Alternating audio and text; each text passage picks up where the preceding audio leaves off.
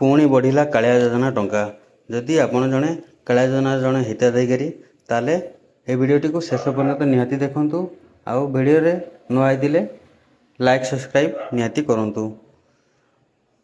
ଆଗରୁ ଆପଣମାନେ ଜାଣିଥିବେ ନବୀନ ସରକାର ଯେତେବେଳେ ଥିଲେ ସେତେବେଳେ ପ୍ରତ୍ୟେକ ଚାଷୀଙ୍କୁ 2000 ଟଙ୍କା ଲେଖା ଦେଉଥିଲେ। ବର୍ତ୍ତମାନ ଆମର ପ୍ରିୟ ମୁଖ୍ୟମନ୍ତ୍ରୀ ଶ୍ରୀଯୁକ୍ତ ମୋହନ ଚରଣ ମାଝୀ ତାହା ବୃଦ୍ଧି କରି କାଳିଆ ନାମକୁ ଚେଞ୍ଜ କରିଦେଇଛନ୍ତି ଆଉ ଏବଂ ଟଙ୍କାକୁ ବୃଦ୍ଧି କରିଛନ୍ତି। ଟଙ୍କା ବର୍ତ୍ତମାନ ପ୍ରତ୍ୟେକ ଚାଷୀକୁ 4000 ଟଙ୍କା ମିଳିବ ଏବଂ ଭୂମିହୀନମାନଙ୍କୁ ସେଠି PM କିଷାନ ଏବଂ କାଳିଆରେ ଆଡ଼୍ କରିବେ। ବର୍ତ୍ତମାନ କାଳିଆ ନାଁ ଚେଞ୍ଜ ହେଇ ବର୍ତ୍ତମାନ CM କିଷାନ ଯୋଜନା ହେଇଯାଇଛି। ଯଦି ଆପଣମାନେ ଆଗରୁ ଆପଣଙ୍କର ନାଁ ଅଛି ତାହେଲେ ଆପଣ କେବେ ବି ଟେନସନ୍ ନିଅନ୍ତୁ ନାହିଁ। ଆପଣଙ୍କୁ କାଳିଆ ଯୋଜନାର ଯେଉଁ ନାଁ ଅଛି ସେଇ ନାଁରେ ଆପଣଙ୍କୁ ପଇସା ମିଳିବ। ଯଦି ଆପଣ ନୂଆ ତାହେଲେ ବର୍ତ୍ତମାନ କାଳିଆ ସାଇଟ୍ ବନ୍ଦ ଅଛି।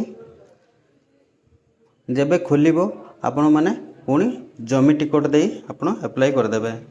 ଆଉ PM କିଷାନ ଖାସ୍ କରିକି ଯେଉଁମାନେ ଭୂମିହୀନ ଅଛନ୍ତି ସେମାନେ ଜମି ଟିକଟ ଦେଇକି ବର୍ତ୍ତମାନ PM କିଷାନ ଆପ୍ଲାଏ କରିନିଅନ୍ତୁ।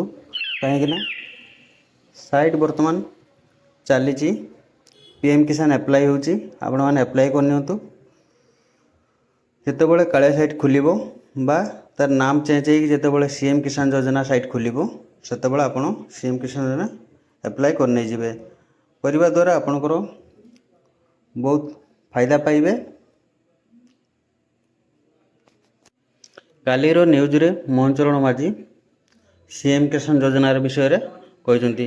ସେ କହିଛନ୍ତି ବର୍ତ୍ତମାନ କାଳିଆକୁ ନାମ ଚେଞ୍ଜ କରିକି ତାହା CM କିଷାନ ଯୋଜନା ରଖିବେ ଏବଂ ପ୍ରତ୍ୟେକ ଚାଷୀକୁ ଆଡ଼୍ କରିବେ ଏବଂ ତାଙ୍କ ସୁବିଧା ଯେଉଁ କାଳିଆରେ ଯେଉଁ ପଇସା ମିଳୁଥିଲା ସିଏ CM କିଷାନ ଯୋଜନାରେ ତାଙ୍କୁ ମିଳିବ।